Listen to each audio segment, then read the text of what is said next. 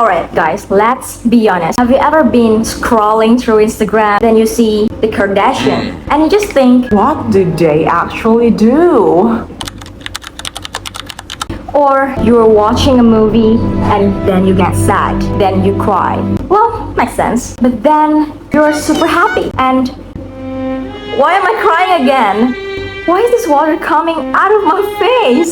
Or you see someone wearing a weird outfit and you think, who decides that this is fashionable? Well, actually for the last 3 weeks, I've been following David Baddiel on his BBC podcast. David Baddiel tries to understand as he tries to find the answers to these 3 questions. And this listening assignment review, honestly, it felt more like an adventure. And again, I'm gonna be honest, I choose these 3 topics purely out of my curiosity. And the answers, they're wild. Let's break it down.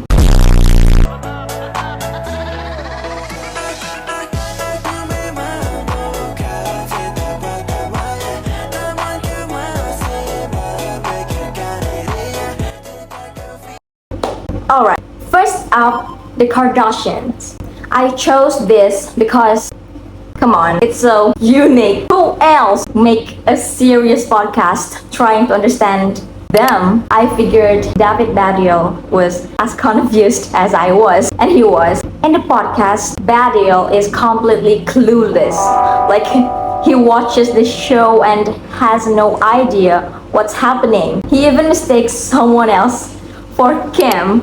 So, what did Baddiel find? After talking to journalists and academics, here's the scoop.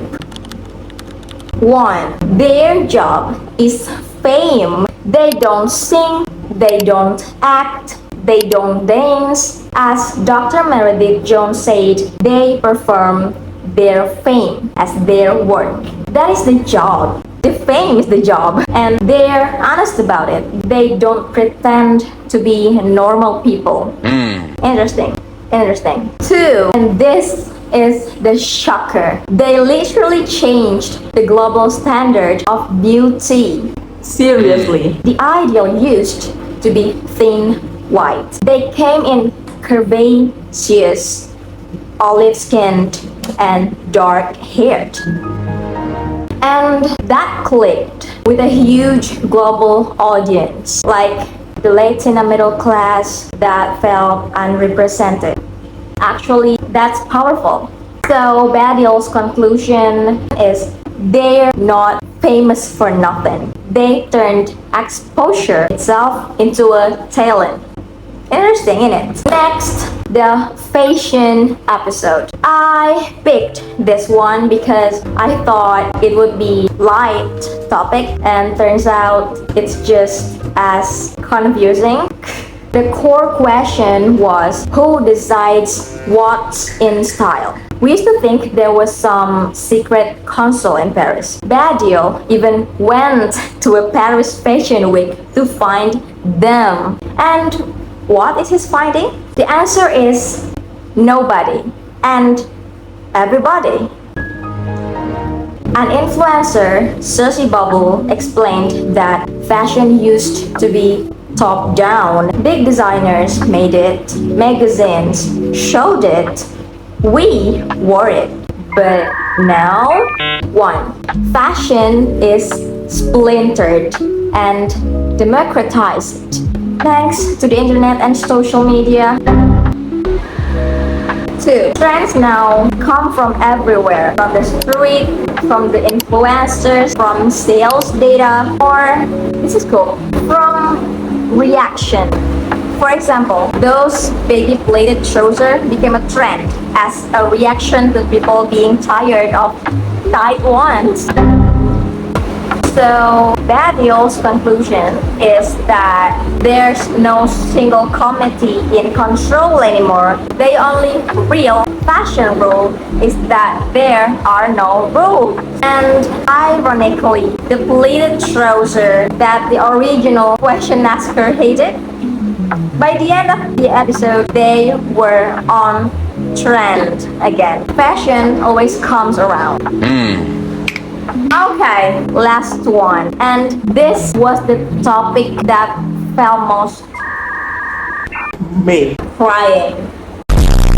I was so curious what Badil would find. So the question was simple. Why do we cry when we're sad and when we're happy?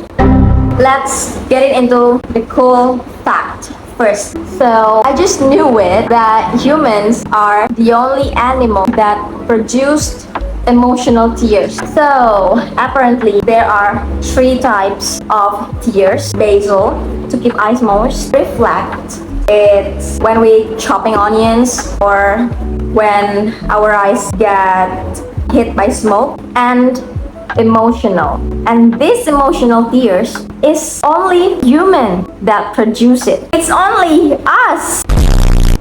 So, guys, what's the evolutionary point of emotional tears? Badil found 3 main theories. 1, a social signal. This is the obvious one. Crying is a visual way to tell others, like, I am vulnerable, I need help, without saying a word. It invites empathy. 2, breathing protection. A bit weird, but when we cry or laugh hard, our breathing gets disrupted.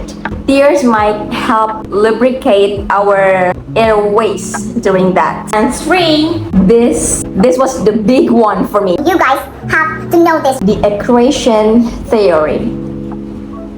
From Dr. Bill Frey, he proposed that crying is an excretory process. It's like taking out the trash. And if you're still confused, here's how it works. When we're stressed, our body produces hormones like cortisol. The theory is that our emotional tears remove these stress-related chemicals from the body. Crying is literally like sweating or urinating. So basically it releases waste material. That's why. So it makes so much sense now. That's why we feel lighter or better after a good cry.